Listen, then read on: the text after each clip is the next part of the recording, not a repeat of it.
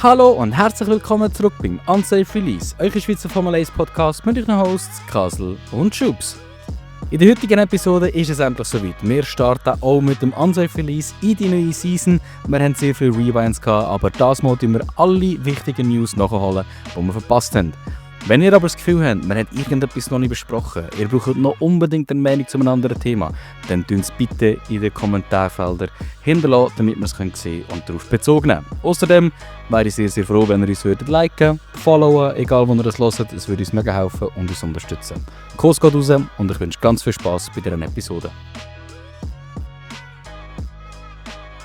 Und somit starten wir aber jetzt schon in dem News Roundup. Wie vorhin schon gesagt, gibt es sehr viele Themen zum Besprechen. Wobei, ich glaube, man kann sagen, es sind nicht so viele grosse Themen. Und ja, ein Thema, nämlich Hamilton bei Ferrari, sein erster Tag hat irgendwie so ein bisschen alles overshadows. Also ich habe das Gefühl, mein Formel 1 Instagram und alles, alle News-Outlets, die ich jeweils schaue, sind einfach nur überschwemmt mit Hamilton bei Ferrari. Ja, und genau aus dem Grund starten wir nicht mit dem. Wir reden zuerst mal über andere Sachen, kleinere Sachen, die passiert sind, die wir vielleicht verpasst haben. Und wenn ihr sie nicht verpasst habt, einfach Themen, die wir halt wirklich finden, ja, haben ein bisschen Zeit im Spotlight verdient. Und das erste davon wäre der Belgian GP, Extension. Also wir haben den Vertrag verlängert vom Belgian GP. Das ist jetzt so, dass man seit 26, 27, 29 und 31 wird gefahren. Jetzt denkt man sich so, was ist denn da los? Und zwar hat man jetzt eigentlich sich in den oberen Regeln von der Formel 1 geeinigt, dass man wird Rotating Races haben. Und der Belgian GP, leider, finde ich sehr schade, ist eines von den Rotating Races. Weil ich finde, ich spreche jetzt gerade das erste Mal die Rotating Races an. In meinen Augen solltest du dort Rennen nehmen, wo halt, ja, ich sage jetzt mal nicht dort die Classics sind. Ich meine, ein Belgian GP gehört irgendwie wie zum Bestandteil von der Formel 1. Das ist wie ein Monza GP. Das ist wie ein Monaco GP. Das ist wirklich so ein bisschen der Triple Crown, würde ich sagen. Und ich finde, so ein Rennen darf eigentlich nicht in eine Rotation hineingehen. Das sollte in meinen Augen permanent sein. Aber wir wissen jetzt schon Bescheid, es wird es nicht sein. Trotzdem schön zu wissen, dass wir auch bis ins 2031 raus werden. Ja, im Belgian GP dürfen geniessen und vielleicht auch gerade neue eigene Sache. Der Simi, der Kassel und ich, auch zusätzlich noch der Magic Card und seine Brüder haben uns eigentlich verabredet, dass wir werden am Belgian GP gehen. Ich denke mal, dort werden wir sicher auch ein bisschen Material von der Strecke dann zeigen und ein bisschen von der Strecke ausreden. Aber ja, das ist einfach noch schnell am Rand so sagen. Ich freue mich extrem darauf, wieder mal in ein Formel 1 Rennen zu gehen. Gut. Jetzt habe ich weit ausgeholt. Grundsätzlich ja, ist es eine kurze Sache, aber trotzdem vielleicht so ein bisschen deine Meinung auch über Belgian GP. Ich nehme an, du bist schon relativ happy, dass die Strecke bleibt. Ja, und dass wir auch wir gehen den Belgien Grand Prix schauen, da wird richtig geil werden, man. Ich bin schon richtig gehypt auf den Scheiß. Ja, ich finde es gut, dass Belgien eigentlich sicher bis 2031 noch wird im Formel 1 Kalender sein oder sicher wieder kommt. Ich finde es auch schade, dass halt zwischendurch irgendwo oder zwischen ein paar Jahren irgendwo Lücken werden entstehen. Man munkelt ja auch ein bisschen, dass es anscheinend mit Zandvoort soll die Rotation kommen oder er muss immer hin und her wechseln. Ja, ich bin eigentlich auch ein bisschen der Meinung, wir sollten doch hier auch ein bisschen das bei der Stadtkurs machen, weil wir haben in meiner Meinung einfach 12 Stadtkurs. Oder wir können auch bei den USA eine Rotation machen mit gewissen Strecken, dass man zum Beispiel sagt, Vegas, Miami abwechseln. Aber grundsätzlich muss ich sagen, ich finde das Prinzip von einem Rotated Kalender richtig geil, weil viele Teams gehen immer mit den Daten von letztes Jahr an die Strecke. Und die können natürlich dann immer, oder eigentlich alle Teams machen das, aber die kommen dann natürlich immer mit schon fixfertigen Setups her. Und wenn du ein Jahr eigentlich eine Lücke drin hast, sind so wie die Daten, die vor 2 Jahren gesammelt worden sind, wie nicht mehr so viel wert.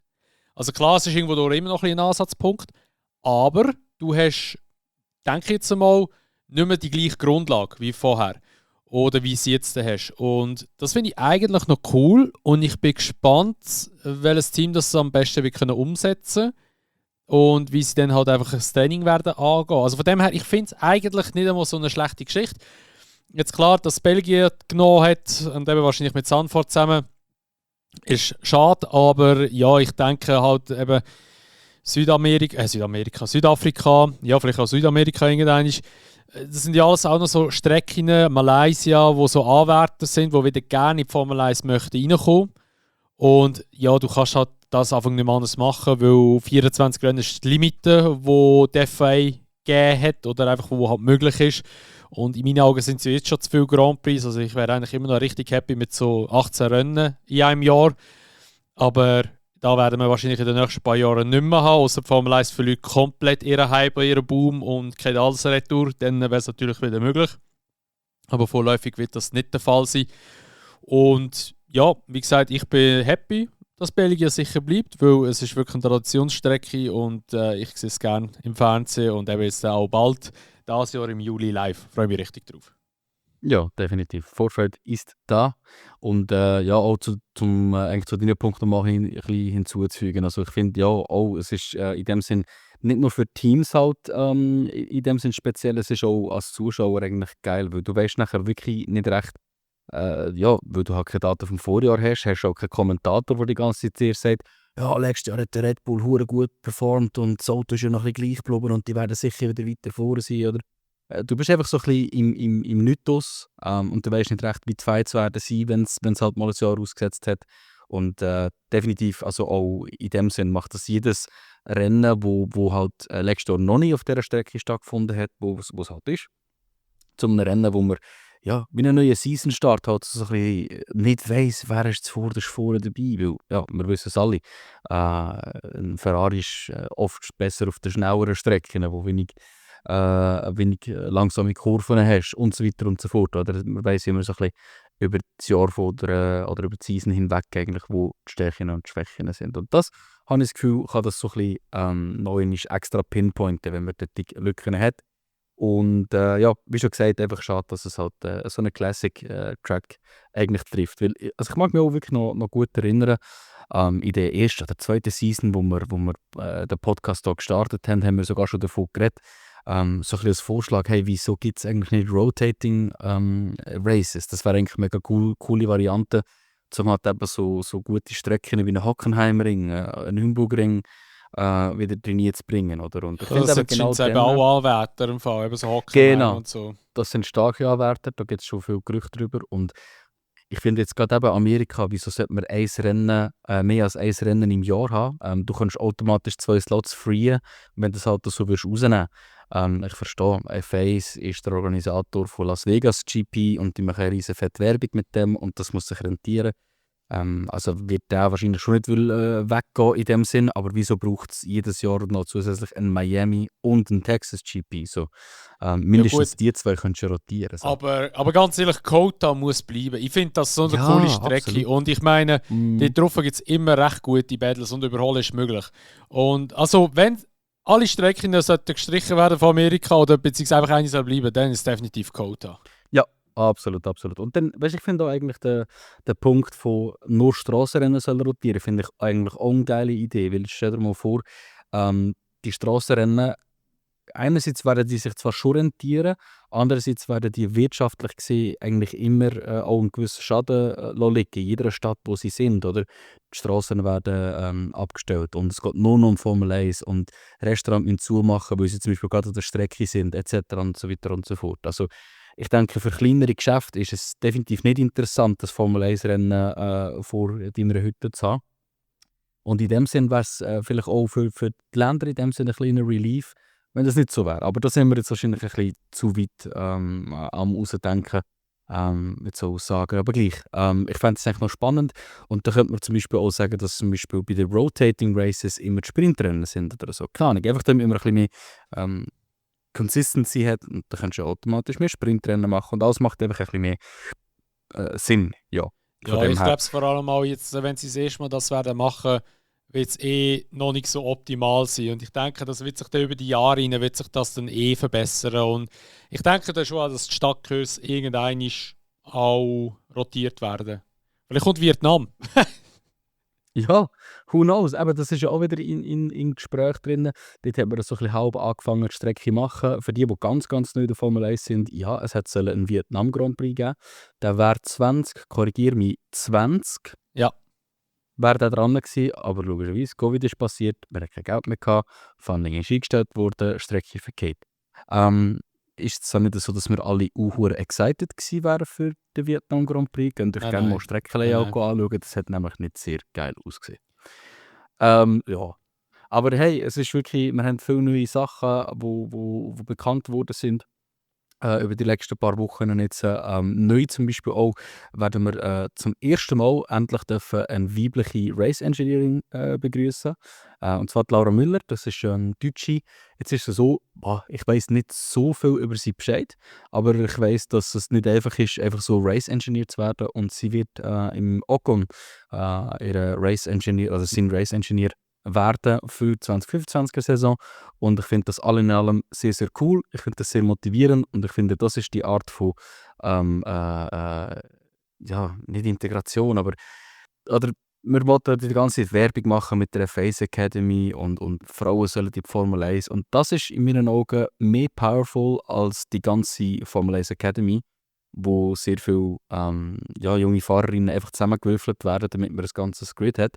Und das motiviert wirklich, weil du siehst, eine Frau ist an die höchste Position eigentlich, wo machbar ist, angekommen und ich bin überzeugt, die wird einen guten Job machen, sonst hat sie den Job so auch nicht bekommen. Also das ist wirklich etwas, was mich sehr, sehr gefreut hat.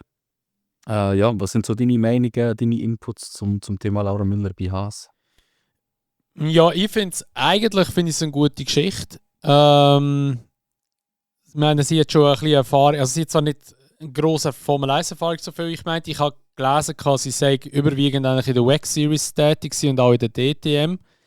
Aber scheint sie relativ zuverlässig und auch mega zielstrebig. Und ich weiß auch nicht, was der Ocon noch für Pluspunkte an ihr gesehen hat, dass er sie gewählt hat. Aber ich finde es eigentlich eine gute Geschichte. Und ich meine, es hat jetzt auch wieder Schlagzeilen gegeben, hat auch wieder ein bisschen Promotion gegeben für Haas, was ja auch gut ist und alles drum und dran.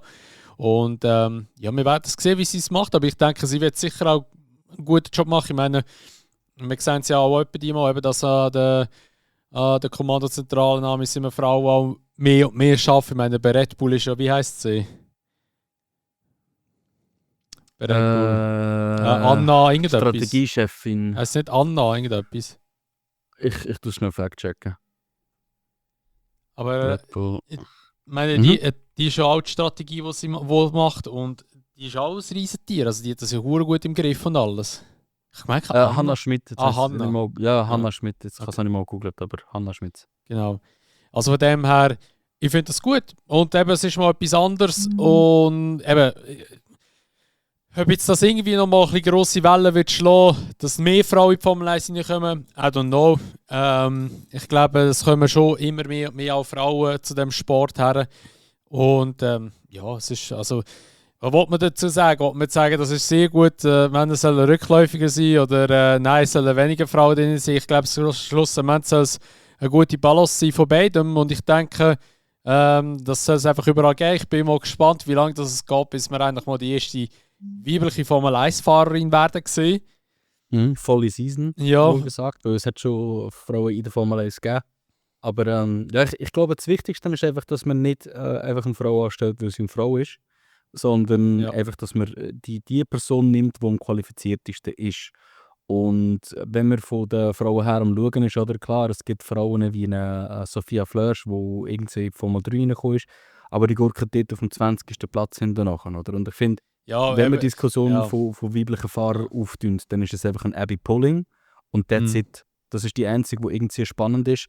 Kein Calderon, kein was ist momentan noch?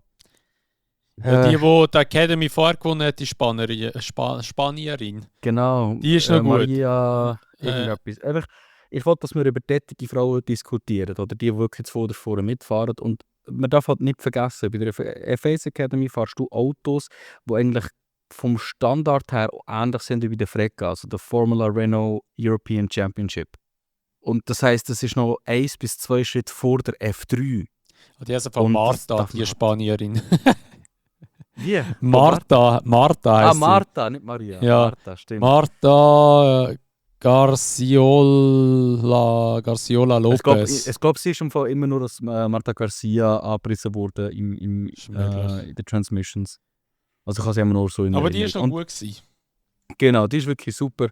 Und ich hoffe, dass das eine von denen hat wirklich bei der F3-Teams jetzt eine Chance bekommt und sich dort dann auch anständig kann etablieren, weil das ist in meinen Augen der Ja, aber Flash richtige nicht. Weg. Flash nicht. Aber die fährt ja gerade so im Formel Nein. 3. Die ist ja jetzt Sie wird- Indie-Series, irgendwie so Academy-mäßig, gibt es dort etwas Kleines, wo sie mitfährt. Genau, das ist wie Formel 2, Formel 3 gibt es auch, ich weiß nicht, wie die heißt, echt Open Indie oder irgend so. Aber auch so ein ähnlich wie Juniorenprogramm Formel eigentlich. 3. Korrekt. Ja, und eben, du darfst halt wirklich nicht einfach eine Frau durchprügeln, nur weil sie eine Frau ist. Sie muss leisten und sie muss in einer F3 können überleben, sonst wird sie auch nicht in einer Formel 1 können überleben. Also das ist ganz klar. Für etwas gibt es ja F3 und F2. Aber ja, ich finde es ein cooles Development. Es hat sicher ein bisschen Wellen geschlagen in dem Sinn und ist doch auch schön, wenn es gute PR gibt. Ist mal ein guter Unterschied zu sehr viel schlechter PR, was es immer wieder gibt. Und das ist jetzt ein Thema, das ich vergessen habe, vorhin aufzuschreiben, aber das ist mir wirklich aus dem Nichts raus in den Sinn gekommen, bezüglich schlechter PR. Wir haben ein ganz, ganz wichtiges Thema, das wir fast überflogen hätten, und das ist die neue Formel 1-Regel, dass Fahrer ja, dürfen stimmt, bestraft stimmt. werden, wenn sie sich negativ gegenüber der FIA ausdrücken. Und da habe ich ganz fest Mühe damit. Da habe ich wirklich ganz fest Mühe damit. Es ist noch nicht 100% klar, hey, wie fest wird das in Kraft treten. Ich werde mir nachher noch geschwind den Dings raussuchen, den Artikel dazu, der Formel 1 oder FIA-Gesetzesartikel, oder wie man sagen will, oder Regelartikel. Aber es ist schon sehr extrem, was damit gemeint ist. Vielleicht ich hole gerade von vorweg mal deine Meinung ab, bevor ich ganz genau google, was alles reguliert ist. Ja, also ich habe gemeint, ich glaube, es ist die schärfste, also es wird ja es ist ja auf allen Motorsportkategorien, es ist ja nicht nur Formel 1. Und es kommt immer je nach Klasse darauf an, wo man fährt. Also in der Formel 3 wird es nicht so stark mit Geldstrafen bestraft wie in der Formel 1, weil die haben ja mehr Kohle. Aber ich habe gemerkt, die höchste Buße, die du kannst haben, ist irgendwie $140.000 plus Punkteabzug plus irgendwie einen Monat Raceban, irgendwie so etwas. Aber ich glaube, so musst du schon echt hart auf jemanden geschossen haben, dass das kassieren Mhm. Aber ich bin ganz ehrlich, das Einzige, was sie machen können, ist, dazu mal vor der Zeit von der FIA, jetzt ein FSAC oder so hat das, glaube ich, geheißen. Ich bin mir gar nicht mehr sicher. Da ist Niki Lauda und so alles noch dort gefahren. Das war, glaube ich, etwa so Anfang 70er, Mitte 70er gewesen. Und dann haben sie es mal so gemacht, weil scheint es irgendwo, ich weiß nicht mehr wo, ich glaube, so auf einer Strecke einfach zu nass war. Und alle Fahrer im Hotelzimmer haben einfach chillt und haben das Rennen einfach rauslassen. Ja. Also sie haben es eigentlich boykottiert bewusst.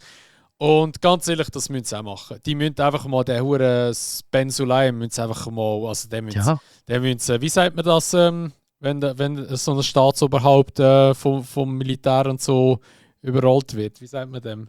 Ein Putsch, das sollte man einen Putschversuch machen, ja. Ja, also wirklich. Ja. Nein, das ist wirklich, es ist nicht mehr schön. Und sorry, du hast so viele andere Probleme in diesem Motorsport, so viele andere Sachen, die dringender sind als, Bad Language eigentlich in dem Sinn.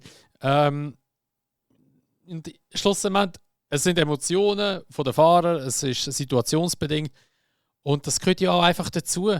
Mein Gott, früher haben sich die Amis verprügelt. Früher haben sie noch eins gesoffen und eins geraucht, bevor sie sind gefahren und alles drum und dran. Das hat niemand interessiert. Und das ist einfach nur, weil die heutige Zeit ist einfach so weich gespült Anfang. Du darfst ja nicht mehr erlauben, weil es alles negativ aufgefasst wird. Du musst, weiss ich was alles, also ich bin ja schon auch für, ich bin ja wirklich auch für Gleichberechtigung und alles. Und das finde ich alles gut, dass das ist und so. Aber irgendwo durch, gerade so, was das Zeug anbelangt, einfach, dass das auch irgendwo durch kinderfreundlich ist. Mein Gott, die Kinder, die das schauen, die haben in ihrem Leben sicher auch schon mal das Wort Fuck oder weiss ich was alles gehört. Oder sagen Shitty oder weiss ich was. Ich werde jetzt viel aufzählen, das wird noch der Podcast auch gespürt. Aber weißt du, was ich meine? Also, die haben das alles auch schon gehört. Und die wissen ja auch, dass man das nicht sagen soll. Und wenn sie das Gefühl haben, dass Fahrer, die das sagen, sind dazu animiert, das auch zu sagen. Also sorry, das ist ein bisschen weit hergeholt. Ja, es ist vor allem, weißt, es ist halt in the heat of the moment passiert das in jedem Sportler. Wenn du, egal in welchem Sport, jemandem würdest das Mikrofon anhängen, würde man ihn hören fluchen. Punkt. Da Der gibt es nichts Dings, zu diskutieren. der Sepp, Und der Sepp hat mhm, das auch mal gesagt gehabt, in einer mhm, Pressemitteilung, wo ja der, Hamilton angefahren worden ist. genau, nein, der Hamilton hat ja Zugglück gehabt, im Cooldown-Room, wie der Max, glaubst der Ah, Bottas abgeschossen hat. Und dann sagt er ja, such a dickhead. Und nachher ja, hat ja. ja, die Presse hat dann nachher ihn gefragt gehabt, ja, hey, ist das, habe ich etwas auf den Ohren gehabt, oder hast du das wohl gesagt? Und dann ist ja gerade der Sepp eingesprungen und hat gesagt, ob er das darf beantworten. Und er hat Genau. ja gesagt, gehabt, ähm, er findet es ein bisschen lächerlich, dass man jetzt eben halt über das redet, weil wenn du jetzt im Fußball jemanden faulen würdest du auch nicht zu ihm gehen und sagen, so, hey, das ist aber nicht so nett gewesen von dir. Dann würdest du auch Ja, sagen, hey, du, was fällt dir ein, du weiß auch nicht Idiot, du was. Pisser, was auch immer. Mhm. Du bist halt einfach in dieser Dings mit, ja, mit weiss was geladen und bist halt einfach, ja, bist halt einfach irgendwie angespannt und dann nachher sagst du halt einfach so, du bist halt im Zeug drin. Das ist ja normal. Ich meine, ja, wenn du im Berufsleben irgendwie voll im Stress bist oder passiert irgendetwas, was nicht sollte passieren, du rastest ja auch dann schnell kurz aus, blöd gesagt, oder bist hässig. Ja. Das gehört zum Leben dazu. Ja, und vor allem, es geht halt da einfach dann wieder nicht auf, wenn du dir überlegst, was will die FIA und was will die Formel 1. Weil, wenn das ja so schlimm ist, wieso tut dann Formel 1 die ganze Zeit, klar, sie tun es zensieren, aber sie tun die ganze Zeit die Funksprüche, die geflucht wird, gegen aussen zeigen. Das ist so ein Interessenkonflikt zwischen der FIA und der Formel 1, wo man einfach schon wieder hat, irgendwo durch. Und das Problem ist, das geht dann noch ein bisschen weiter als einfach nur Beleidigungen raushauen. Es ist sogar so weit, dass man keine religiösen und politischen Statements gegen raus machen darf. Und es ist ja so gewordet und gephrased, ich habe es leider nirgends gefunden mehr, aber ich habe den Artikel mal auf Instagram gesehen, den richtigen Artikel. Es ist ja so gephrased, dass du eigentlich theoretisch gesehen nicht einmal mehr darfst beten. Also soll jetzt Pierre Gasly jedes Mal für seine Prayers auf der Strecke ein Raceband bekommen? Also wenn das so ist, dann ist mir eigentlich auch egal, dass man alkoholfreie Champagner auf Podium in den arabischen Rennen anstellt. Dann von mir aus machen wir wieder normale Champagnerrennen. Also, sorry, es ist einfach peinlich und für mich gibt sich eine grosse Frage aus dem Ganzen raus und die ist nicht ganz so einfach zu beantworten. Soll Formel 1 sich anfangen von der FIA zu trennen? Und das Problem ist, es ist nicht ganz so einfach. Man hat das schon mal gehabt und es ist nicht so gut herausgekommen, dass es ein Governing Body quasi gegeben hat, wo über alles geschaut hat, über das, was Action ist und das, was Regeln ist. Und das funktioniert halt vor allem dann nicht gut, ja, wenn du Sachen wie British Bias und so Geschichten immer wieder hast, oder? Wir haben jetzt auch gerade heute wieder gesehen, wie heisst er? Einer von der FIA Logo wurde, weil er noch Pundit-Sachen macht. Der Herbert, der Johnny Herbert, ist jetzt nicht mehr bei der Formel 1, weil er weiterhin Ah, wirklich? kommentiert. Ja, und er ist heute geschmissen worden, also in gegenseitigem Einverständnis schreiben sie, weil er halt gleich noch Pundit-Sachen macht, also er tritt auf als öffentliche Person und tut Meinung äußern und Formel 1 Steward ist und das geht nicht. Und ja, das ist halt so ein bisschen, es ist nicht unmöglich, aber wir bewegen uns langsam in eine Richtung, dass wenn die Formel 1-Fahrer sich jetzt nicht wehren gegen das, dass ich mich das echt frage, ob Formel 1 nicht einfach mit einem anderen Body oder anderem Government in dem Sinn will schauen oder sogar das eigene Government will aufsetzen will. Also ohne dass Ja, sich Fahrer wehren mit einem Streik von den Medien zum Beispiel, wird das einfach schwierig. das Problem ist halt einfach eben das. Die Formel 1 gehört ja eigentlich der FIA. Also weißt, die kommerziellen Rechte sind ja schon bei Liberty Media und alles, aber die gehen ja wieder retour nach dem 100-Jahr-Deal. Weil die haben ja müssen die kommerziellen Rechte für 100 Jahre abgeben. Und das Problem ist, also ich kenne die ganze Rechtslage nicht, wie das jetzt ist. Ob sie sich einfach so könnten trennen und sagen, so, hey, wir machen unser einiges Ding, weil eben eigentlich gehört es ja ursprünglich der FIA und es würde wieder der FIA gehören. Darum, das ist halt ein bisschen schwierig. Es ist definitiv schwierig. Also grundlegend ist es ein riesiges Thema. Wir müssen halt wirklich schauen, wie fest dass die Regeln enforced werden, weil die Regeln können auch zu Racebands führen. Und ich meine, stell dir vor, es ist ja schon genug nervig, wenn du musst darüber diskutieren darüber, kann ich ein Rennen, wo nach der schwarz-weiß karierten Flagge entschieden wird durch irgendwelche Regeln, wo missachtet worden sind. Zum Beispiel siehe George Russell, Belgien. Aber es wäre noch schlimmer, wenn du müsstest, wenn du keine Ahnung, einen Formel-1-Fahrer fragst, hey, wieso hast du die Championship verloren? Und ich so, ja, weil ich geflucht habe, weil mir Punkte abgezogen worden sind wegen dem. Ja, das Oder, wäre also schon das echt ist halt bitter, wirklich ey. einfach räudig. Und ich hoffe, dass es nie so weit kommt. Aber wir können die Formel 1, es passieren immer wieder Sachen, wo man nicht recht vorhersieht. Etwas davon ist zum Beispiel, dass der Aloni Bravi, ein riesen Themawechsel jetzt, zu McLaren geht und von Sauber weggeht. Das war in dem Sinn sehr speziell gewesen, weil er ja der Representative war vom Stake F1-Team. Und irgendwie hat das Ganze nicht so Sinn gemacht, weil Stake hat wie keinen richtigen Teamchef gehabt und er war Frontperson für das Team. Seine Rolle war aber wie nicht 100% klar gewesen, und jetzt switcht er nach einem Jahr direkt schon über zu McLaren. Das zeigt mir so ein bisschen, dass er nicht so viel Vertrauen hat in das ganze Audi-Projekt. Und I don't know, es ist irgendwie für mich so extrem left field gekommen. Ich habe das überhaupt nicht gesehen, ich habe keine Rumors gesehen davon. Und jetzt wird er zu McLaren gehen, und zwar als der New Chief Business Affairs Officer. Das ist für mich so eine Betitelung, die nicht aussieht. Keine Ahnung, was dem sein Job ist nachher dort. Ja, Also, keine Ahnung, was er bis jetzt war. Ja, also bei Sauber hat er einfach nur den Kopf hergehabt, mehr nicht, und ist einfach in der Presse gehockt dort, oder beziehungsweise bei den, wie sagen wir denn, beim Mediatag ist er dort gehockt, mehr nicht. Aber, also meines Wissens war er ja schon länger bei Sauber gewesen auch, weil er ist auf einen Ferrari ursprünglich gekommen, und weil Sauber Ferrari-Motoren hat, ist er dort gewesen, und jetzt, weil ja Sauber auf Audi geht, switcht er eben, habe ich gemeint, ich kann sagen, so noch ein bisschen. Aber ja, wieso McLaren und so, keine Ahnung im Fall. Also, ich muss auch ehrlich sagen, das ist für mich irgendwie so eine Gestalt in der Formel 1. Ich meine, jeder Teamchef in der Formel 1, also oder beziehungsweise jeder aktuelle Teamchef, der hat irgendwie ein Gesicht, oder du kannst ihn irgendwie zuordnen, oder der hat irgendwie schon dort und dort Erfahrung, aber der Dude ist einfach nur so anwesend gewesen. Also weißt du, das ist wirklich so das Paradebeispiel von einem No-Name gewesen. Ja, und ich meine auch Leute, bevor sie Teamchef geworden sind, wo sie halt noch Technical Engineers waren, ein Binotto, hat man gekannt schon bevor er Teamchef war. Ein Andrea Stella, dasselbe und so weiter und so fort, oder? Und jetzt ist er einfach da und er schwadert den Zeug umeinander. Und ich meine auch Statement, wieso kommt er? Ja, he will provide executive leadership skills. Also er wird, ja, was wird er machen? Er wird Führungsskills zeigen. Ja, und dann?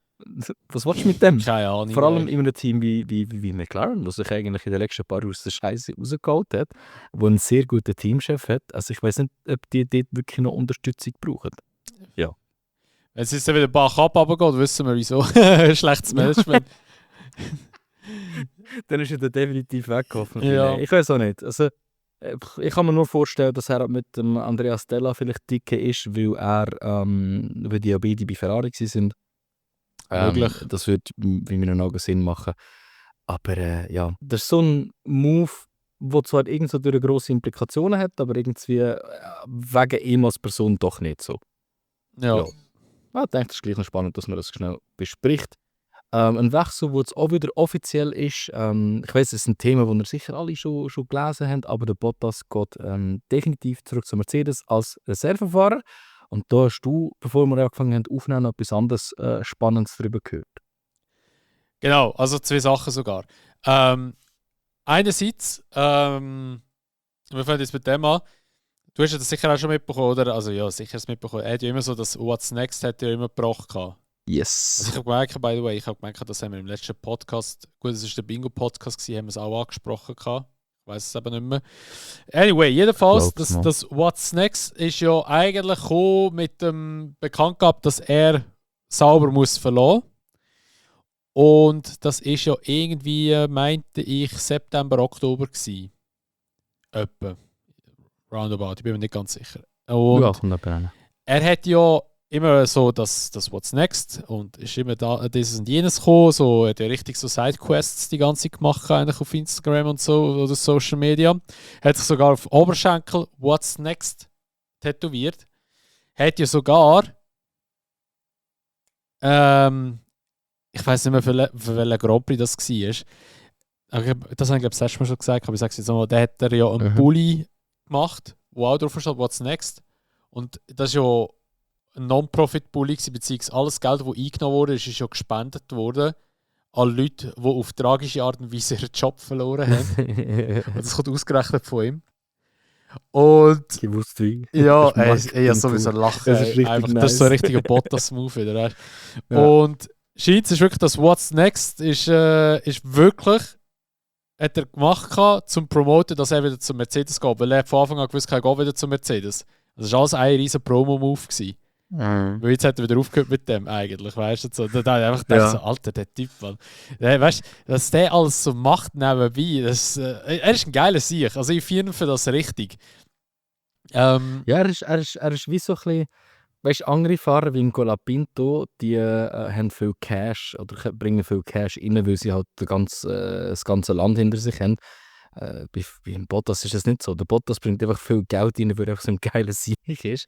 Und die Leute ihn einfach sehen so. Und ja, zum Wechsel zurück selber habe ich wirklich fast das Gefühl, dass es vielleicht sogar so im Contract drin war, gell? Mit dem sauber Wechsel oder so. Mercedes sagt, ja, gang du sauber, aber wir haben die Türen offen. Wenn etwas nicht gut ist, kommst du zu uns, Reservefahrer. Möglich. Ich glaube, das ist von vornherein klar gewesen.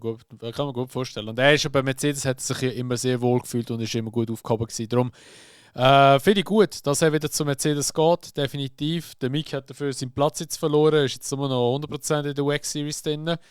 Und ja, das andere war schon, dass eben der Bottas eventuell auch noch Reservefahrer wird von McLaren. Muss man aber an dieser Stelle sagen, ist ja der Mick auch gewesen. Also er war nicht der erste Reservefahrer gewesen, aber er ist ja auch bei McLaren so zwischendurch gefahren. Oder er hat ja auch so TPC-Tests gemacht mit dem 21 oder 20er Modell noch.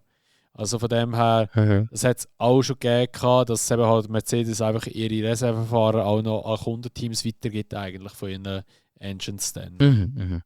Ja, und er wäre cool. Also ich hoffe es für ihn, dass er dort auch noch einen Sitz bekommt. Wäre auch cool, wenn es vielleicht noch weiter ausgeweitet wird. So, sagen wir, Williams, das ist ja technisch gesehen auch wieder ein Plätzchen offen. Klar, sie haben, glaube ich, sind irgendeine, Oliver Turvey haben es gesagt, aber er ist eigentlich mehr ein Testfahrer. Und Colapinto ist jetzt ja inoffiziell, offiziell nicht mehr bei Williams. Also ja, desto mehr Chancen, dass er hat, wieder zu fahren, desto cooler. Und man munkelt ja auch schliesslich, dass er ein sehr großer Kandidat ist für das Cadillac-Team. Würde ich noch sehr, sehr cool oder sehr gut drinnen sehen, wenn das zustande kommt. Und ja, ich wünsche dem Mann einfach alles Gute und dass er so viele Chancen hat, wieder zurückzukommen, wie es nur geht. In der Zwischenzeit hat er aber gleich coole Sachen zu machen. Und zwar, ich weiß nicht, das wird wahrscheinlich fast kennen wissen, aber er ist offizieller Ambassador für das Adelaide Motorsport Festival. Und das ist eigentlich immer genau dann, wenn auch vom Race dort ist. Es fahren ja auch, wie heissen es, Supercars. Kann das sein? Auf der gleichen Strecke. Wie heissen die? Boah, ist möglich, keine Ahnung. Ich habe gemeint Supercars. Das sind wirklich so richtig übertriebene V8-Motoren, laut. Also das sind so ein bisschen wie Stockcars in Amerika, aber ein bisschen mehr, ein bisschen zackiger und können ein bisschen schneller um Kurven. Mega cool. Und es ist jetzt schon bekannt gegeben, dass er dort ganz sicher ein bisschen fahren wird. Also werden wir mit sehr hoher Wahrscheinlichkeit ihn sehen in einem DTM Mercedes 190er Also es ist eigentlich schon klar, dass es passiert ist. Ein Touring-Car wird er dort ein bisschen umfetzen, ein paar Showruns machen. Finde ich sehr, sehr cool. Also wir werden eigentlich schon zum ersten Rennen tatsächlich wieder, oder? Australien ist jetzt wieder das erste. Ja, Stimmt das? Genau. Werden wir zum ersten Rennen schon wieder Bottas Action dürfen sehen. Genau. Habe ich gedacht, das ist noch cool. Greifen auf. Ja, sicher, ja. Und ja. Mal Einfach schauen, schön, wenn wir vielleicht kriegt ja etwas das von ja noch irgendeinen Einsatz über. Ich meine, der Kimi Antonelli mag vielleicht ein guter Fahrer sein, aber wir haben es ja schon oft jetzt erlebt, dass ein Fahrer in der Formel 3, Formel 2 outperformt und in die Formel 1 kommt und nachher eine grosse Enttäuschung ist. Wer weiß, vielleicht steht er plötzlich ein Bottas wieder auf der Matte. Das könnte sein. Ich meine, auch wenn es nicht gerade so extrem ist, dass der Antonelli sein Race-Hit würde verlieren schnell. Oder nochmal zurück in die Formel 1. Aber nein, dürfte es gar nicht. Wenn du einmal Formel 1 gefahren bist, darfst du nicht mehr in die Formel 2 zurück. Aber egal was, ich meine, es könnte auch sein, dass ein George krank wird oder auch sein Blinddarm den Geist aufgibt und ein paar Kilo leichter muss gemacht werden. Oder eben, dass ein Antonelli irgendwelche Probleme hat oder so. Und dann, ja, das Rennen ist, oder die Season ist 24 Rennen lang. Also, da kann viel passieren, da kann viel ändern, da kann viel wechseln und Chancen sind definitiv da. Ähm, Wenn wir schon bei Wechsel sind, es hat noch einen weiteren grossen Wechsel gegeben und das würde ich sagen, ist eigentlich von allen Wechseln bis auf den Lawson Perez-Wechsel, den wir eigentlich schon relativ besprochen haben, eigentlich der grösste Wechsel. Und zwar ist es, dass der Andy Cowell das Team von Mike Crack wird übernehmen. Aston Martin wird neu geführt sein von Andy Cowell. Und da muss ich auch wieder sagen, finde ich sehr cool. Nicht, weil ich es dem Mike Crack nicht gönne. Ich finde, er hat eigentlich nicht so einen schlechten Job gemacht, aber weil ich es halt dem Andy Cowell sehr gönne. Wir haben somit eigentlich 3 Team Principals auf dem Grid, wo alle aus der Mercedes Prime-Ära stammen. Nämlich der James Vowles und auch der Andy Cowell sind eigentlich während den 8 World Championships, also Constructors World Championships, Dominanzserie eigentlich bei Mercedes gewesen. Und von dem her, also absolut ein übelst kompetenter Mensch. Und ich habe das Gefühl, dass das der richtige Schritt ist. Und was ich sehr, sehr begrüße, ist, sie schmeißen den Mike Crack nicht einfach weg, sondern der bleibt im Team erhalten. Das ist etwas, was ich zum Beispiel schade gefunden habe in Matteo Binotto, weil der ist unglaublich talentiert. Klar, der hat jetzt wieder einen Job gefunden, aber der hat auch eigentlich als Ingenieur weiterarbeiten. Und das Gleiche haben sie jetzt, oder beziehungsweise die Idee haben sie jetzt eigentlich mit dem Mike Crack gemacht. Der wird am Team bleiben. Ich weiß nicht mehr genau, in welcher Rolle. Aber ja, sie schmeißen ihn nicht einfach weg. Und unter dem Strich würde ich sagen, ist es ein sehr cooler Move. Und Aston Martin ja, wird langsam aber sicher so ein bisschen zu einem Powerhouse. Sie müssen jetzt definitiv noch anfangen zu performen. Aber ich habe das Gefühl, das Team wird immer interessanter, weil sie haben die Facility und sie haben definitiv die richtigen Leute jetzt benannt. Und ja, bin mal gespannt, wie er den Job wird übernehmen. Ja, also ich finde es auch richtig geil. Wie du schon gesagt hast, eigentlich so die drei Grossen sind jetzt eigentlich jetzt so der Leadership eigentlich jetzt. Und ja, der Mike, also er hat es nicht schlecht gemacht, aber es ist halt einfach nicht mehr als Average gewesen, beziehungsweise eben das Jahr ist runtergegangen mit der Leistung, mit der Performance, alles drum und dran. Yes. Und vielleicht hat auch der Alonso wieder seine Finger im Spiel gehabt. Oder vielleicht ist es auch einfach die Aussage, dass er gesagt hat, dass Stroll und Alonso sagen, auf Augenhöhe performance-technisch. Vielleicht hat das im Lawrence Stroll nicht so gefallen, dass sein Sohn nur auf Augenhöhe ist mit einem Alonso. Vielleicht hätte er müssen sagen, er sei besser als Alonso, dann wäre er geblieben. Wer weiß. Nein, aber Schluss. Oder vielleicht hat der Lawrence tatsächlich nicht gern Arschlecker. Ja. Das könnte ja sein, dass der Andy Cowell direkter ist als der Mike Crack. Maybe, kann sein, keine Ahnung. Ich finde es einfach halt gut, dass man halt jetzt nochmal etwas Neues probiert, weil schlussendlich, ich glaube, der Mike Crack, wie auch immer, der ist ja, jetzt glaube ich 3 Jahre Teamchef gewesen. 2 Jahre sicher. Aber kann ja, 2 Jahre. Nein, da könnte höchstens 2 Jahre gewesen sein. Also, und ich meine, es ist ja nicht viel vorwärts gegangen. Und darum, ich finde es gut, dass jetzt mal frischer Wind kommt und jemand, der wirklich viel Erfahrung hat, der ist schon etwa, ich glaube, der Andy ist, habe ich gemerkt, sicher seit etwa 2000 oder so etwas gelesen, hat mal mit BMW oder so hat er mal angefangen früher. Also der ist schon ewig in dem ganzen Zeug drin, darum der kommt schon raus. Und ich finde es gut, mal schauen, wie es wird. Und ich denke, Essen wird sowieso ab 2026 ein sehr, sehr starker Gegner werden oder ein Kontrahent werden in der Formel 1. Wenn Honda mitmacht natürlich. Weil dann haben sie, glaube ich, dann haben sie Honda-Motoren auch. Oder bin ich falsch? 26? Nein, 26 werden sie offiziell die Honda-Motoren haben, bin ich mir auch ziemlich sicher. Müssen wir vielleicht noch fact-checken, aber bin ich mir auch ziemlich sicher. Ich glaube eben, grundlegend baut sich der Lawrence halt wirklich das Superteam eigentlich auf, wie er sich das wünscht. Und ja, das Ding ist eben, das Resultat müssen jetzt einfach langsam kommen. Die Frage ist, sollen die Resultate im 26 kommen oder nicht?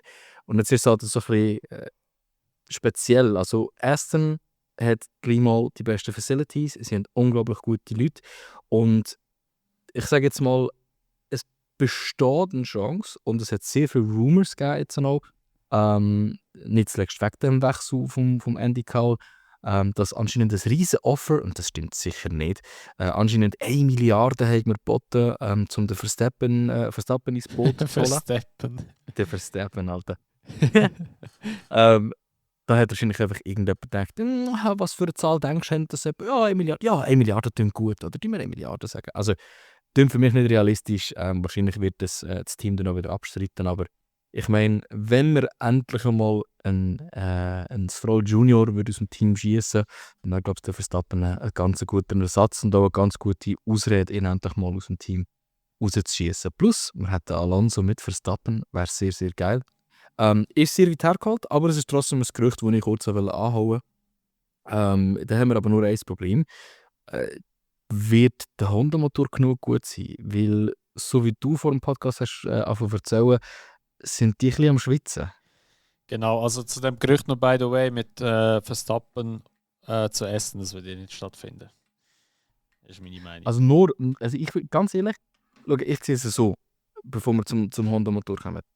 Wenn der Honda-Motor gut funktioniert, das kann er auch beobachten, weil sein Vertrag bei Red Bull läuft bis 2028, dann sollte Aston Martin ein Powerhouse sein. Wenn der Verstappen, wenn man seinem Wort Glauben schenkt, dass der erste Titel eigentlich der einzig wichtige war, dann wird er irgendwann noch eine neue Challenge suchen. Die Frage ist nur, was wird die Challenge sein? Wird er weiterhin in der Formel 1 sein, ein neues Team aufbauen, mit einem anderen Team gewinnen? Dann ist Aston Martin der richtige Platz. Und dann sehe ich es highly likely. Wenn er aber sagt, ich habe jetzt ein Kind, ich chille, fahre ab und zu ein bisschen DTM oder weg, dann ist es klar, dann wieder weggehen. Aber dann wird er auch ganz von der Formel 1 rausgehen. Dann wird Red Bull das erste und das letzte Team sein. Eben, das wo ist er das, was Championship ich gewinnt damit. meine. Ich glaube nicht, dass der Max nach 2028 in der Formel 1 bleibt. Oha, also du denkst, er ist safe draussen? Ja, weil er sagt ja jetzt schon die ganze Zeit, er hat keine Lust mehr gross, oder beziehungsweise er ist ja nicht dort zum Rekordbrechen, er hat einfach den Championship gewinnen, das hat er geschafft und that's it.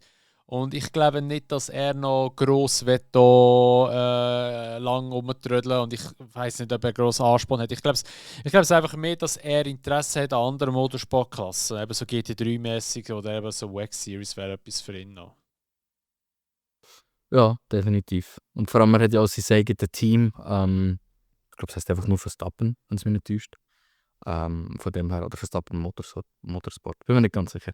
Aber ja, er wird in meinen Augen safe auch nicht mehr allzu lang ja, halt seinen Formel 1-Tätigkeiten nachgehen. Aber ich glaube, es kommt schon ein bisschen darauf ab, wie viel er kann erreichen kann. Weil, gehen wir jetzt wirklich davon aus, Red Bull gibt dann wieder ein gutes Auto nächstes Jahr, dann ist er doch näher dran, vielleicht auch 7 oder 8 Championships zu gewinnen, als dass er es ist nicht zu machen. Oder? Und dann ist es so ein bisschen, wollte ich echt doch noch versuchen, der Fahrer zu sein mit den meisten Championships. Mal schauen, was der Lewis bei Ferrari wird machen. Aber ja, ich finde durchaus spannende Themen. Ja, ich weiss nicht, willst du noch gleich schnell die Honda-Thematik ansprechen, noch vom Motor? Ah ja, also und zwar, ich habe einfach so ein Gerücht gelesen, beziehungsweise einen kleinen Beitrag gelesen, dass scheint Honda für 2026 mit den Engines so ein bisschen am Struggle ist. Ja, weil das sind halt neue Motoren ohne MGU-K, nein, ohne MGU-H, ohne das Heat. Und ja, scheint es da Honda ja, hat da eben ein bisschen Probleme, aber wie genau Leistungsdifferenz oder so irgendetwas rum wäre, ist nicht bekannt. Das sagt einfach, scheint es so eine League von einem Entwickler dort oder so, von einem Ingenieur oder so. Es ist natürlich immer schwierig zu sagen, ob da viel dran ist oder nicht. Aber ich denke, man sagt das ja nicht einfach so ohne Grund. Ja, das definitiv. Aber ich denke, unterm Strich kann man gleich sagen, also die Engine Rules haben noch ein Jahr Zeit. Wenn sie jetzt Probleme haben und das merken, ist es ja eigentlich eine gute Sache. Wir wissen alle dass der Renault-Motor der langsamste wird sein. Aha, nein, es gibt ihn nicht mehr. Von dem her, ja, ich bin noch gespannt. Ich habe zum Beispiel, wenn ich ganz ehrlich bin, weniger Hoffnung für einen Audi-Motor, wenn ich ganz ehrlich bin. Ja, safe. als ich für einen Honda-Motor habe. Weil ich habe das Gefühl, Honda hat doch sehr, sehr viele gute Leute. Und auch wenn Red Bull viele gute Leute abgeklopft hat, die haben mindestens ganz viel Passion, um das Projekt irgendwie anzubiegen. Und sie werden mit Aston Martin eine sehr gute Zusammenarbeit können haben, weil sie hat einfach die Top-Facilities haben dafür, eine gute Zusammenarbeit zu haben. Und ein riesiger Vorteil, wo Aston Martin halt da hat, ist, dass mit der Cost Cap sie haben ja wie ein Smart Factory gebaut, wo alles perfekt misst. Also das ist eigentlich eine Factory, die gebaut wurde in einer Ära, wo schon klar war, dass man ganz genau muss tracken, wie viel Geld für was ausgegeben wird. Und das sind einfach so kleine Vorteile, wo halt auch mit der Zusammenarbeit bei Honda werden gut sein, weil Honda hat Aston Martin als einziges Team. Also es ist basically fast ein Works-Partnership, oder? Von dem her. Also ich finde das wirklich sehr, sehr exciting, was dort rauskommt. Aber ich würde sagen, wir gehen weg von Gerüchten über Fahrer, die potenziell nicht mehr fahren und reden über Gerüchte von Fahrern, die sollten fahren, aber es vielleicht auch nicht tun. Also das Gleiche. Und zwar, ich finde das so brutal. Wir haben es auch schon im Bingo-Podcast angehauen. Und das ist doch noch ein Thema, wo ich vielleicht noch mal schnell über das Grobe und Ganze darüber will. Der Doohan hat basically seinen Sitz schon verloren. Obwohl die Season noch nicht mal gestartet hat. Und da tut mir wirklich einfach leid als Mensch. Oder auf einer menschlichen Basis. Aber der Oliver Oaks ist jetzt trotzdem wegen diesen ganzen Gerüchten, dass der Colapinto nach den ersten 5 Rennen ihn wieder setzen, mal endlich aus dem Schatten vorkommt. Er hat gesagt, ja, der Doohan wird ein fair crack, quote unquote, haben. Glaube ich ihm ehrlich gesagt nicht. Ich glaube, im Doohan sein Fate ist schon sealed. Und wenn er nicht irgendwie die ersten 3 Rennen von der Season gewinnt, wird er mit sehr hoher Wahrscheinlichkeit seinen Sitz verlieren, bevor er eigentlich überhaupt schon die Season gestartet hat. Also von dem her, ja, finde ich krass. Ich kann gleich nochmal einfach jetzt in dem News Roundup auch nochmal deine Meinung reinholen über das ganze Thema. Ja, also ich meine, das ist wirklich sehr, sehr klar. Auch wenn du das Video gesehen hast oder so die Bilder gesehen hast von Alpine, wie der Franco Sesma jetzt dort war in, wo sind die? Oxford, irgendetwas wieder. Oxfordshire, Ja, nein. Ja, irgendwie so etwas, weiß auch nicht. Oder nein, etwas mit B. Fuck, wo sind die da? Brackley. Nein, Brackley ist Mercedes. Brackley ist Mercedes, die sind in... mein Gott! Warte, ich schaue gerade schnell. Ich weiß es gerade nicht auswendig. Alpine F1 Based. Enstone, Alter. Aber nicht mal hast mit du B. recht gehabt, das ist in Oxfordshire. Ah, wirklich? Okay, gut. Oxfordshire. Ja, okay, ja, stimmt. Enstone, Okay. ja. Anyway, jedenfalls, eben, sie haben ja auch sehr viel Promo gemacht, ist aber natürlich alles auch wieder in den Schatten hineingefallen, von wegen Hamilton. Aber man hat schon richtig schon ein bisschen, also ich habe das Gefühl, ich habe die Bilder gesehen, also denke ich so, Kollege, die sind nicht Ferrari. Also was macht ihr eigentlich da, wenn ihr nicht so eine Promo machen für den Franco? Aber es ist schon klar, dass er den Doohan wird setzen und wie du auch gesagt hast, wenn der Doohan nicht in den ersten Rennen irgendwie ein paar Wins reinfährt oder irgendwie Poles reinfährt, dann wird der weg sein. Und es ist verdammt bitter, mir tut er auch leid, weil ich finde schon, dass er eine Chance verdient hat. Aber dass es nur irgendwie so ein paar Rennen werden sein, wahrscheinlich, also wenn man munkelt. Es hat ja irgendwie geheißen, es werden 6 Rennen sein, 8 oder 10, aber ich glaube, es wird wirklich nur 6 Rennen sein. Und ja, ich denke, das wird schon bitter werden. Also, beziehungsweise, das wird zu einem Wechsel kommen. Aber ich meine, was definitiv Fakt ist, ist, dass der Colapinto einen Mehrjahresvertrag bekommt. Man munkelt, es sei ein 5-Jahresvertrag. Ich meine, wieso würden sie ihm einen 5-Jahresvertrag als Reservefahrer anbieten, wenn sie ihn nicht würden wollen, im Hauptteam haben? Und wie du auch noch schon sagst, die ganze Promo, es hat wirklich ungelogen mehr Fotos und mehr Videos und mehr Posts über Colapinto gegeben als über Doohan. Und das ist, glaube ich, schon sehr, sehr aussagekräftig. Und ich glaube, wir werden es definitiv wissen, wenn es zum Testing kommt. Weil wenn sie im Colapinto einen Testing-Tag oder auch nur schon einen halben Tag geben, dann haben die perfekte Ausrede, um zu sagen, ja, wir können vergleichen und es ist jetzt schon klar, dass der Colapinto deutlich schneller ist und besseres Feedback gibt. Wegen dem haben wir uns entschieden, dass der Thun gar nicht wird fahren. Ich kann mir wirklich sehr gut vorstellen, dass es etwas so abläuft. Es würde mich nicht erstaunen bei einem Team, wie es Alpine ist, wo ja doch durchaus, auf gut Deutsch kann man sagen, hinterfotzig mit ihren Verträgen umgegangen ist. Ja, sie sagen, sie sind Ähm, einfach eigen, sagen wir es mal so. Sie sind eigen. Und sie werden sicher gelernt haben aus dem Vertrag mit dem Piastri. Die werden bessere Klauseln drin haben, wo sie bevorteiligt werden. Also ja, Ja, der Franco ähm, hat ja anscheinend einen 5-Jahres-Vertrag. eben, also Crazy, das die ist haben den gerade gefühlt irgendwie das Leben lang unter Vertrag genommen. ja, halt wirklich. Und das Kranke ist ja, der Vertrag ist ja mit Einverständnis zu Williams. Und was heisst das? Heisst das, ja, dort, wo halt der nächste Sitz frei wird, kannst du reingehen? Oder heisst das, wir teilen uns Sponsorship-Geld, egal wo er reingeht? Also, Schwierig zu ist sagen. schon sehr, sehr interessant. Aber ich würde sagen, vom einen Mittelfinger gehen wir noch zum anderen Mittelfinger, der noch gezeigt worden ist zwischen oder in diesem Monat von dieser neuen Season. Und das ist nämlich gegen Tsunoda. Nein, wir reden jetzt nicht darüber, schon wieder, dass er seinen Sitz bei Red Bull nicht bekommt. Nein, wir reden darüber, dass ihm doch noch einen Ersatzfahrer-Race-Seat gegeben haben. Und ich finde, das ist wirklich noch einmal so das letzte Mal ans Bein pissen. So. Ich meine, es ist schon logisch, dass er der Ersatzfahrer ist. Also in meinen Augen darf es gar nicht anders sein. Du kannst nicht in einem Hardchar einen Ersatzfahrersitz geben. Also das wäre der absolute Mittelfinger und dann würde ich als Tsunoda komplett nicht mehr versuchen, zur Red Bull reinzugehen. Aber ja, das ist für mich einfach nochmal in dieser ganzen Saga mit Lawson, Perez, Tsunoda nochmal so einen letzten Mittelfinger gegeben. Und ich finde es wirklich, ja, es ist krass und schade, wie mit dem Tsunoda umgegangen wird. Ja, ich bin vor allem gespannt auf die ersten Interviews vom Tsunoda dann so vor dem Grand Prix, weißt du, so in Australien. Was er dazu Ich glaube, sagt, weil er wird auf das angesprochen werden. Ich glaube, dass er das Thema wird abhauen. Ja, ich glaube Weil auch, dass er darf sich jetzt nicht negativ zeigen gegenüber dem logisch, weil Ganzen. sonst fliegt er gerade raus. Das ist halt einfach so.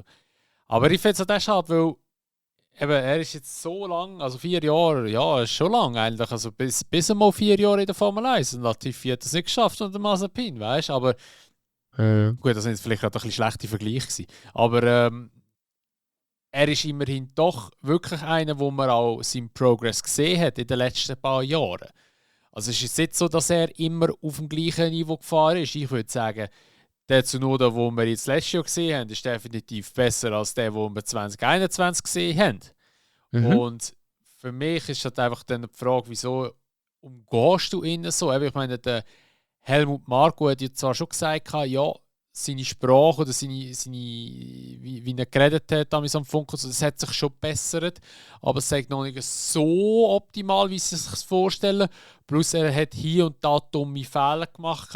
Ja, aber sorry, wieso nimmst du denn einen nicht, der 4 Jahre schon eine Formel 1 Erfahrung hat? Der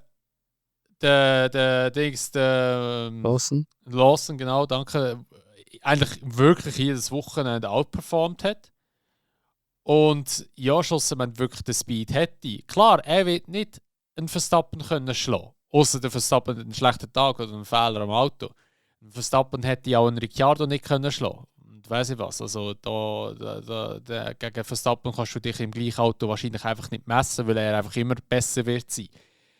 Aber einen Lawson zu nehmen, der zusammengerechnet vielleicht, wenn es hochkommt, knapp eine ganze Season gefahren ist und dann noch, das war es, 23, 24, so, I don't know. Also eben, wir haben gesagt, wir wollen zwar nicht über das wieder reden, aber es ist nach wie vor in meinen Augen immer noch eine grosse Fehlentscheidung von Red Bull. Mhm. Ja, es tut vor allem einfach weh, zu sehen, wie ein Fahrer irgendwie so, man kann sagen, hintergangen wird. Oder? Weil Voll. er hat sich immer und immer und immer wieder bewiesen, er hat jedes Teammate-Battle gewonnen.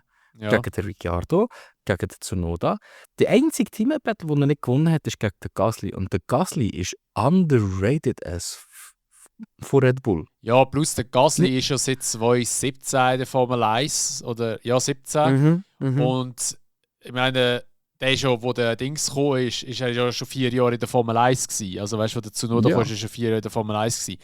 Und dann ist ja auch klar, dass die ersten 1-2 Jahre, wobei im zweiten Jahr, muss ich ganz ehrlich sagen, weiss ich es jetzt nicht gerade auswendig. Also wo Ist im Fall sehr gleich auf gewesen, also auf und ab. Also, der Gasly hat ihn, glaube ich, geschlagen, aber glaube ich nicht bei vielen Punkten, wenn es mich nicht täuscht. Ich schaue jetzt gerade mal Und schnell kurz nach. selbst dann, man weiss, der Tsunoda ist schnell. Man weiss, er ist gut. Man weiss, er hat auch gute Race Pace. Und seine einzigen Schwächen, die wirklich immer wieder auffallen, ist eben die negative Attitüde, was anscheinend aber nicht nur das Fluchen über das Mikrofon, sondern auch sein Verhalten hinter den Kulissen ist. Er kann anscheinend nicht so gutes, konstruktives Feedback geben. Fuck off, Alter, das ist doch nicht so schlimm, ganz ehrlich. Und das andere ist halt auch, ich meine, wenn der Bursch mal schlechte Rennen hat, dann hat er meistens miserable Rennen, oder? Aber sorry, der kommt von einem Perez, der gefühlt einfach jedes Wochenende ein miserables Rennen gehabt hat. Also ist es echt nicht so schlimm, mal einfach einen Tsunoda reinzusetzen. Ganz ehrlich, ich wäre noch happier gewesen mit dem Entscheid, dass man sagt, ja, wir geben beiden Fahrern ein halbes Jahr Zeit und dann schauen wir für 26, wer sich mehr würde lohnen. Ja. Wäre ich noch fast happier gewesen mit so einem Entscheid. Ja, schon. Also der Gasly ist im Fall, by the way, 2022 14. geworden und der Tsunoda ist 17. geworden. Der Gasly hat 23 Punkte geholt und der Tsunoda hat 12 Punkte geholt. Ah, stimmt, das war ein schwaches Jahr gewesen. Ja, aber es war allgemein schlecht für AlphaTauri dazumal. Und im 21. ist der Gasly 9. geworden und der Yuki ist 14. geworden. Der Gasly hat 110 Punkte gehabt und der Yuki 32.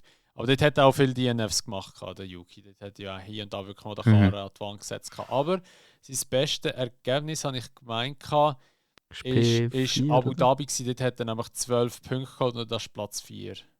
Ja, das ist sein bestes Resultat überhaupt und das ist sein bestes Resultat seither. Also er hat seither keine besseren Resultate mehr reingeholt. Aber ja, ich glaube unter dem Strich zu einem Thema nicht mehr viel mehr Licht geben. Ja, ich kann mir einfach sagen, er hat es einfach verdient.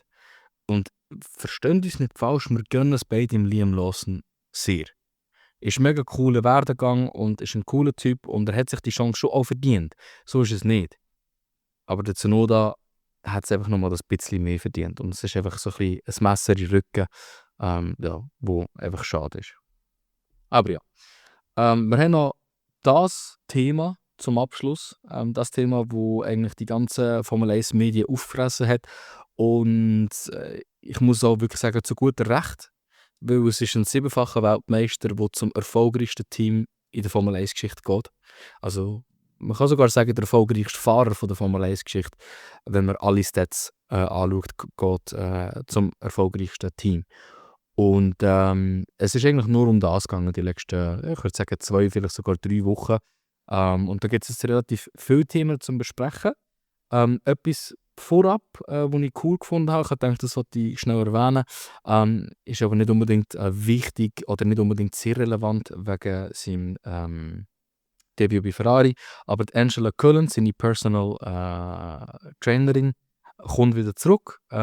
Die hat in 2021 gesagt, irgend so etwas, dass sie nicht mehr mit ihm zusammenarbeiten wird, dass sie sich zurückzieht, aber das war wirklich ein cooles Team gewesen, die zwei zusammen, und ich habe einfach cool gefunden, dass die wieder zurückkommt. Ich dachte, ich erwähne das noch geschwind, aber ich glaube, das Thema müssen wir nicht groß besprechen, wir kommen direkt zu Hamilton bei Ferrari.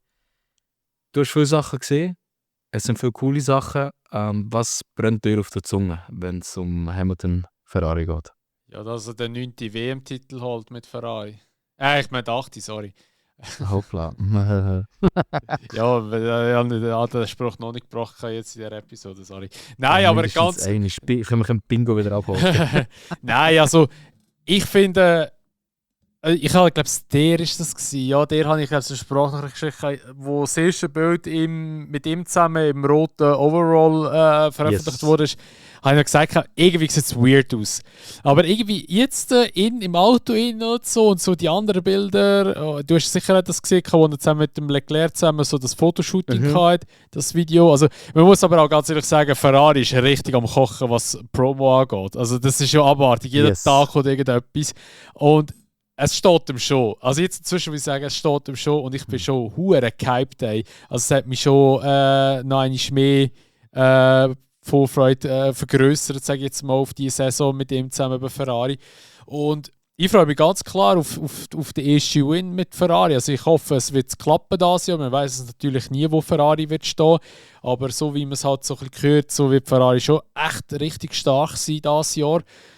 Aber wenn er würde gewinnen, das wäre schon geil. Das wäre ein krasses Gefühl. Und vor allem, ich wünsche mir dann einfach, dass es einen Doppelsieg, egal ob Leclerc oder Hamilton, einen Doppelsieg in Monza würde geben. Das wäre richtig krass dann. Aber Das wäre wirklich hure heftig. Vor allem, wie die Leute würden abgehen. Ich meine, du musst dann auch schon die Präsenz jetzt anschauen von der Tifosi. Also das letzte Mal hat man so eine Präsenz eigentlich am Fiorano Testcircuit gehabt, wo der Michael Schumacher kam und das sind alle Media-Outlets immer wieder betont, es sei ein riesen Zirkus gewesen. Und ich finde es in dem Sinn vor allem krass, weil die letzten paar Jahre ist nur um Leclerc gegangen. Wenn man von Tifosis geredet hat, hat man über Leclerc geredet. Wenn man von Leclerc geredet hat, hat man über Tifosis geredet. Und ja, er ist der New Savior und so. Und Leclerc ist definitiv in Schatten gerückt jetzt mit dem Ganzen. Und ja, es tun sich dann dementsprechend auch sehr viele spannende Fragen auf, oder? Kommen wir gerade zu dem. Ich wollte nur noch ganz kurz sagen, für mich, ganz ehrlich persönlich, ich habe mich immer noch nicht daran gewöhnt. Ich finde immer noch, es sieht komisch aus. Aber ich muss sagen, erstens, die Overalls von Ferrari sehen wieder sehr geil aus. Ich weiß, es ist nur ein roter Overall, aber sie machen es einfach richtig. Es sieht einfach gut aus. Und sein Helm, sein neuer, sein gelber, ist einfach richtig geil. ja, Also sein neuer gelber Helm ist wirklich, wirklich wunderschön. Aber wenn ich frage, tut es auf, was habe ich fragen dich? Die wichtigste Frage in meinen Augen: Wer wird 2025 besser performen? Lewis Hamilton oder Charles Leclerc? Leclerc. Sehe ich also. Weil Leclerc ist schlussendlich schon 5 Jahre, 6 Jahre jetzt bei Ferrari. 2019 ist er zu Ferrari gekommen, glaube ich, oder? Mhm. Ja. Also jetzt das 6. Jahr bei Ferrari. Das ist eigentlich krass, der Typ ist noch, wie alt ist er? 27 oder so, 28 wird er, glaube ich. Er ist schon 6 Jahre lang bei Ferrari. Und er kennt das Team, er kennt die Leute, alles drum und dran, plus ja, er kennt das Auto eigentlich. Also ich denke, da wird sich nicht viel nehmen. Und für den Hamilton wird es schon schwierig sein, jetzt, ich meine, ich will jetzt nicht sagen, dass er alt ist, aber er ist jetzt sicher auch nicht mehr der Jüngste. Und bis du da mal drin kommst, das wird schon ein bisschen brauchen. Und es ist halt schon das, wo man halt muss schon im Hinterkopf haben, dass da, wo der Hamilton jetzt macht, entweder es wird einer der grössten und besten Moves sein, die je ein Sportler gemacht hat, dass er zu einem anderen Top-Team oder zu einem, sage ich jetzt mal, zu einem Mythos eben wie Ferrari wechselt, dort gewinnt und, sagen wir jetzt mal, im schönsten Traum noch die Weltmeisterschaft holt. Das wäre ein krasser Move und da würde er für immer und ewig in alle Geschichtsbücher reingehen und wieder wirklich als Legende wirklich abgestempelt dann. Oder es wird ein riesen Downfall werden. Also, es gibt nur entweder oder. Und ich glaube, der Pressure, den er bekommt, ist schon noch echt gross, weil ich meine, was die Tifosis erwarten, was Ferrari erwartet, was einfach alle Fans erwarten von ihm, das ist schon ein hoher Druck. Und ich bin gespannt, wie er mit dem wird umgehen wird. Plus wie schnell dass er das Ganze wird lernen, weil ich meine, bei Ferrari muss jetzt sich wesentlich mehr nochmal reinknündeln, wie der Ablauf ist bei Ferrari und alles, wie das Auto funktioniert, das muss er alles neu lernen eigentlich in dem Sinne. Klar, gewisse Sachen sind vielleicht etwa ähnlich wie bei Mercedes. Aber ich meine, bei Mercedes hätte er viele Sachen können wahrscheinlich auch rauslassen, weil er es einfach kennt hat, weil er so lange schon bei dem Team ist. Und jetzt muss er sich halt überall reinknündeln und er muss schon, blöd gesagt, mehr arbeiten als vorher. Er muss definitiv büßen, ja, weil Mercedes hat ihm über die Jahre immer wie mehr Freiheiten gegeben. Voll. Sie haben ihm immer wie mehr zugelassen. Er durfte seine eigene Fashion-Brand haben und Musik machen und so nicht das. Und ja, sein Leben wird sich jetzt einfach wieder mehr nur um Formel 1 drehen, schlichtweg. Und ja, ich finde eben auch generell die Formel 1 Community, die zeigt ganz klar das auf. Entweder sagst du, er wird die beste Zeit von seinem Leben haben, und die andere Partei sagt einfach, ja, es wird sein Downfall sein. Und es ist relativ krass, wie viele Leute das behaupten. Weil ich finde, okay, die letzten 2-3 Jahre bei Mercedes sind jetzt nicht rosig gesehen. Aber ich habe das Gefühl, der Hamilton ist einfach einer von diesen Fahrern, der dann am besten brilliert, wenn das Auto gut ist zum Fahren. Und ich habe wirklich das Gefühl, dass der Ferrari gut ist zum Fahren. Schlichtweg. Sonst hättest du nicht 2 Fahrer, die gut haben können damit umgehen die letzten 3 Jahre. Also Leclerc und Carlos Sainz. Und was mich vor allem sehr positiv stimmt für seinen Gang zu Ferrari, ist der Fakt einfach, wie happy er aussieht, wie glücklich er aussieht in all diesen Shots. Also ich glaube, ich habe ihn schon lange nicht mehr so motiviert gesehen. Und ja, also schlussendlich habe ich wirklich das Gefühl, dass, also hey, ich glaube, man kann ganz klar sagen, Ferrari hat nächstes Jahr das stärkste Driver-Line-Up, ohne Diskussion. Also das Und ja. also das, Entschuldigung, die Saison, wohl gesagt. Wir haben einfach das beste Driver-Line-Up und ja, schlussendlich bin ich einfach extrem excited zum sehen. Ich würde zwar auch sagen, dass der Leclerc den Fight zwischen den beiden gewinnt. Ich glaube aber überhaupt nicht, dass der Hamilton washed ist. Ich glaube, er wird auf Englisch sagt man so schön, a run for his money geben, also wirklich ihm dicht auf der Ferse noch sein und mal. Also ich bin sehr gespannt. Ich finde es schade, dass das ganze Thema so viel Zeit auffrisst, bis momentan auffrisst, aber das ist halt einfach die Welt, wie sie funktioniert. Aber ja, schlussendlich bin ich auch sehr, sehr excited über das Ganze. Jetzt haben wir aber doch schon die ersten News bezüglich Testings, nämlich in Barcelona. Ferrari war in Barcelona gewesen, und das ist etwas vorgefallen. Was ist genau passiert? Ja, es gibt also die Gerüchte, also es ist wirklich passiert, scheint und zwar hat das Sky Italy hat da die News gemacht, und zwar der Hamilton ist das erste Mal im Ferrari abgeflogen, und zwar, ich habe jetzt hier gerade vor, wo du noch geredet hast, habe ich noch ein bisschen mich drin gelesen. Und zwar sei er im 3. Sektor abgeflogen und Heigi, wo haben Sie es gelesen? Wo sehe ich da? Hat anscheinend sagen Verkleidungsteile kaputt gegangen, sowie auch Aufhängung soll gebrochen worden sein. Aber es gibt keine Bilder dazu, weil halt die Presse ausgeschlossen wurde ist, aber es ist dann halt gleich dort und dürfen aber auch nicht, also dürfen nicht mit Kamera halt hergehen. Es ist halt wirklich nur so schriftliche Medien, die dort ist. Und die Hamilton an sich sei unverletzt, aber ist natürlich ja, nicht gerade so ein optimaler Start, ja, dass man gerade so eine Karre schließt und dann gerade so her kaputt macht. Und das sei anscheinend am Vormittag passiert, am späteren Vormittag. Mhm, mhm. Ja, zeigt auf jeden Fall, dass er sich muss an das neue Auto gewöhnen muss. Wohlgesagt ist das wirklich auch ein neues Auto, weil du hast mir auch gesagt vor dem Podcast, dass du gehört hast, dass das anscheinend bis zu 99% ein neues Auto ist. Ja, Also es ist also fast alles neu. der 25 kommt. Also das Jahr kommt. Das Auto, das sie Mhm. jetzt fahren, ist ja der SF23. Also das ist das Auto von 2023.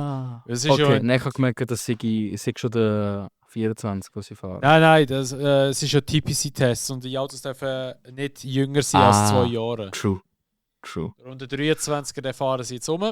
Aber ich meinte, also der 23er ist ja eigentlich auch schon ja, oder ist es nicht so ein gutes Auto gewesen? Ich weiß es gar nicht mehr. Mama. Also 23er war auch nicht schlecht gewesen. Das Problem ist einfach nur komplett overshadowed von Red Bull Dominance. Aber ich würde behaupten, das war das zweitschnellste Auto gewesen, im 23. Ich glaube, der Ferrari. schon. Weil das ist ja der mit der richtig sexy aussieht, mit den Bootswannen, schwarz-rot. Mit der Dreiecknase vorne, glaube ich, ist das der. Ja, gewesen. genau, wenn ich es richtig in Erinnerung habe. Also wirklich der ganz, ganz schön mit dem Also gut, schwarzen sie sind nur Frontwing. Dritter geworden. Mercedes ist ja noch Zweiter geworden in der Konstrukteurwertung. Im 23? Ja. What? Ja, Ferrari 406 Punkte Ferrari und 409 Punkte Mercedes. Ah, krass, ja, na gut. Habe ich einfach aber auch nicht mehr Basically aufgeschrieben kein gehabt. Unterschied. Ja. Aber Red Bull 860 Punkte. Einfach doppelt. Und irgendwie 650 davon vom Verstappen. Ja. Der 23 ist ja der Perez noch nicht so abgekackt, wie es nachher im 24 war. Also er ist schon auch scheiße gefahren, aber nicht so viel scheiße. Ja, Verstappen hat einfach alles geholt, das ist halt das Problem. Ja, Perez ist immerhin dann- auch noch Zweiter geworden, aber er hat 285 Punkte gehabt, der Verstappen hat 525 gehabt. Alter, das ist so einfach überdimensional, Alter. Das geht nicht in meinen Kopf hinein. Aber hey, just Verstappen things, I guess. Ja, definitiv. Ja, ich würde sagen, das ist grundlegend der News Roundup gsi. Ich gehe nachher noch schnell die wichtigsten Daten durch, die jetzt schon bekannt sind. Aber ich frage dich noch einmal, hast du noch irgendwelche Themen, wo du sagst, haben wir noch nicht angesprochen, sollten wir noch schnell ansprechen? Nein, eigentlich nicht. Also ich glaube, der Hype ist schon real im Moment. Also ich freue mich brutal das Jahr auf die Formel 1 aber ich kann natürlich daran liegen, weil wir eben auf Belgien gehen.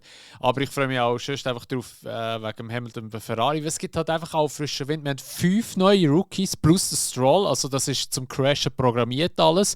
Das wird wirklich krass werden. Es wird wirklich krass werden. Und ich freue mich drauf. Ich freue mich richtig auf die Saison. Ja. Ich freue mich auch auf die Saison. Es ist die letzte Saison vor einem grossen Rules-Change. Wir wissen, was letztes Mal war. Eine sehr, sehr geile Saison mit sehr vielen verschiedenen Race-Winner, sehr vielen Fights. McLaren sieht gut aus, Ferrari sieht gut aus, Red Bull sieht schlechter aus, aber immer noch gut. Mercedes sehen wir noch. Aber es ist einfach grundlegend, bahnt sich alles an für eine spannende Saison. Wir haben sehr viele spannende Geschichten, die noch vom 24 übernommen werden und ins 25 reinspielen, wie mit dem Duo und Colapinto. Ja, Christian also Horner. sehr viel spannend. Christian Horner kommt sicher back, der Comeback, Alter. The Great Comeback. The Great Comeback. Ja, nein, von dem her finde ich das sehr, sehr cool. Wenn ihr denkt, hey, weil wir haben so lange nicht über die neue Saison geredet, hey, ihr habt jetzt irgendwelche Themen komplett vergessen, wir wollen eure Meinung noch zu dem und dem hören. In diversen Podcast-Apps habt ihr die Möglichkeit zu kommentieren. Gebt uns das doch als Kommentar durch, was ihr gerne noch wollt, unsere Meinung darüber hören. Und dann können wir das sonst noch im nächsten Podcast dann als Gesprächsthema aufnehmen. Nachher, noch geschwind technisch, relativ abgerattert, die nächsten paar wichtigen Daten. Der Post ist von Formel 1 selber, er ist am 20. Jänner. Tut mir leid, wenn ich irgendetwas vergesse, wo jetzt schon wieder bekannt wäre. Und zwar, der Williams Reveal ist geplant auf den 14. Februar. Der Haas Filming Day ist geplant auf den 16. Februar. Dann der offizielle Formel 1 Season Launch ist geplant auf Februar der 18. Dann gibt es ein Ferrari-Event am 19. Und am 24. dürfen wir dann Mercedes-Reveal sehen. Und dann nachher, ja, geht es schon relativ zackig los. Am 26. bis am 28. ist Preseason-Testing und spätestens dort werden wir eigentlich die richtigen Autos sehen. Weil alle Reveal-Dates, die ich jetzt eigentlich vorhin durchgegeben habe, werden mehr oder weniger einfach auf Showcars sein oder irgendwelche Renders. Wir können es von Jahr zu Jahr, wird weniger das richtige Auto gezeigt und einfach nur noch ein Livery-Show-Off gemacht, was zwar schade ist, aber c'est la vie. Und dann, meine Damen und Herren, 14. bis 16. März fängt es an mit dem australischen Grand Prix. Wir sind wirklich nicht mehr weiter davon entfernt und ihr dürft ab jetzt wirklich Content für diese Saison erwarten. Es gibt auch logischerweise einen Prediction-Podcast, der wird rauskommen, aber ich glaube, da lasse ich lieber dich schnell sagen, was wir dort so ein bisschen vorhaben und ja, übergebe dir für die Moderation. Ja, also der Prediction-Podcast, den werden wir dann nochmal ein bisschen genauer erläutern, aber ich denke mal, wir können so weit erwähnen, dass grundsätzlich jeder, der den Podcast hört, kann mitmachen kann. Und da gehen da mal Grüße aus an Simi, weil der hat da etwas gefunden, beziehungsweise hat schon früher mal gebraucht, scheint es eine Webseite, wo man eben so Tipps kann abgeben kann. Und da haben wir jetzt etwas erstellt, wo ihr dann eben, wie gesagt, alle können mitmachen können. Dazu gibt es eben später dann News dazu, darum gerne dem Podcast folgen, dass ihr auch immer benachrichtigt werdet, wenn eine neue Episode online kommt. Und ja, da will ich sagen, was es war mit der heutigen Episode vom Unsafe Release. Wir bedanken uns wie immer recht herzlich, dass ihr bis dahin zugelassen habt. Und dann hören wir uns dann wieder zu der nächsten Episode, wo ich denke, etwa so, ja, in 2 Wochen, dann werden eben so, denke, die neuen Liveries sollten schon langsam draussen sein. Ich denke, wir werden dann das nächste Mal vielleicht schon über die Liveries reden, wir werden es sehen. Schaltet gerne das nächste Mal wieder ein und wir hören uns wieder bei der nächsten Episode vom Unsafe Release.